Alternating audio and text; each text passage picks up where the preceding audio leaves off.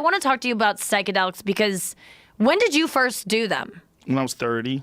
When you were 30. Well, actually, I think I was a little younger. No.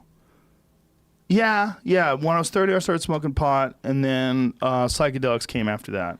And did you, I mean, obviously that was before the time when people thought psychedelics were a way to like heal yourself. Like, I feel like this is kind of like a new movement that psychedelics are the answer now. If you were around the right people back Sure. then, you would get that information. Yeah. Were you around the right people? Yeah, Is that how you got luckily, introduced to them? fortunately. Yeah. I was around a lot of... because of the fact that I was a comedian, and then also because of the fact that, I was relatively famous back then. Not famous, but like I was on television. I had done some things, so people would want to like turn you on to things. And I would go to parties or meet people, and they would, say, "Hey man, have you ever done mushrooms?" And "Hey man, have you ever heard of DMT?" And then there's a few different things that would happen, and you would be around these people who had gone to jail for it, or that were like real psychedelic heads.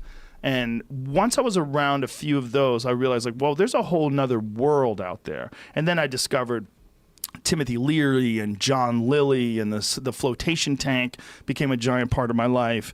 And then, Terrence McKenna and Dennis McKenna and all the various psychedelic wizards that are out there that have been sort of expressing that there's a whole world out there that you're not seeing.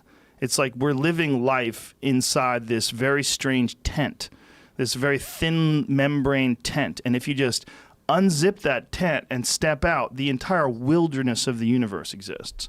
But most people live their life inside this very thin-walled tent, and they think that tent sort of defines the actual universe itself, when it's so small and so limited. Is there a chance that you open that tent and you don't like what you see and now you've fucked your whole life up? Because I think that's most people's apprehension about doing that. Like, specifically, can you not come back? Yes. Well, Sid Barrett, there's been a lot of people that were, I have friends that know friends that, well, the issue is with, psychosis and people that have schizophrenia, people that have like legitimate mental health issues. And the argument is correlation or causation, right? And the argument is, do psychedelic drugs cause mental illness, or do a certain amount of people already have mental illness? And I think it's much more likely that the percentage of people that are schizophrenic remains static. Because if you look at it like this, the number of people who smoke marijuana who are also schizophrenic mirrors the number of people who are schizophrenic, period. So it's not that marijuana causes schizophrenia. It's a 1 out of 100 or whatever the number is. They just have this issue. And for those people, it's critical that they avoid psychedelic drugs, that they avoid marijuana, and probably even alcohol, or maybe a bunch of other psychotropic drugs as well, because you've got an imbalance. Just like someone who has a liver disease has an imbalance, just like someone who has a lung disorder can't breathe well, someone has cystic fibrosis, or someone who has any number of diseases. You got to kind of think of it that way. Yeah. There's an ailment of the mind, and so if you add this unknown element to that ailment, like 5 grams of dried mushrooms, like, whoa, who the fuck knows what could happen? You might never come back.